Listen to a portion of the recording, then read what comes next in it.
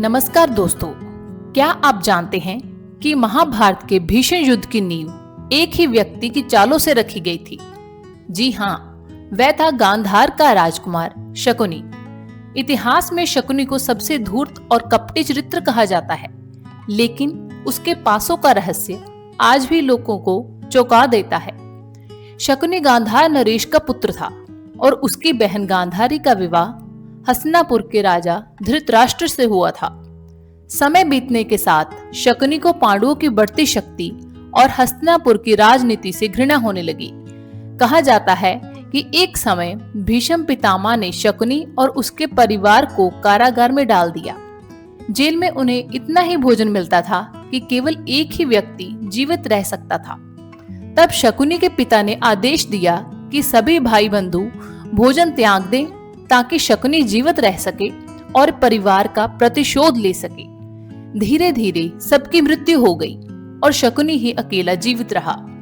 मरने से पहले शकुनी के पिता ने उससे वचन लिया कि उनकी अस्थियों के पासे बनाए जाएं। शकुनी ने यह वचन निभाया और उन्हीं अस्थियों से अपने जादुई पासे तैयार किए। मान्यता है कि उन पासों में उसके पिता की आत्मा वास करती थी, इसीलिए शकुनी जब भी उन्हें फेंकता, परिणाम उसकी इच्छा के अनुसार आता।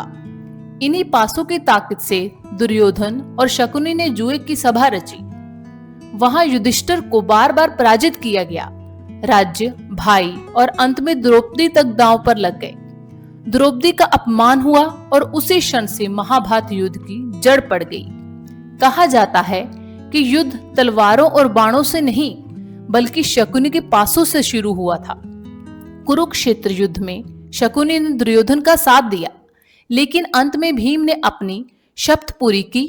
उसने पहले शकुनी के पुत्रों का संहार किया और फिर स्वयं शकुनी का अंत कर दिया। इस तरह वह पासा और उसकी चालें सदा के लिए समाप्त हो गई, जिसने पूरे आर्यवर्त का भविष्य बदल दिया था। तो दोस्तों, यह थी शकुनी और उसके रहस्यमय पासों की कहानी। अब सवाल उठता है कि क्या शकुनी सच में खलनायक था या फिर परिस्थितियों ने उसे यह रास्ता चुनने के लिए मजबूर कर दिया?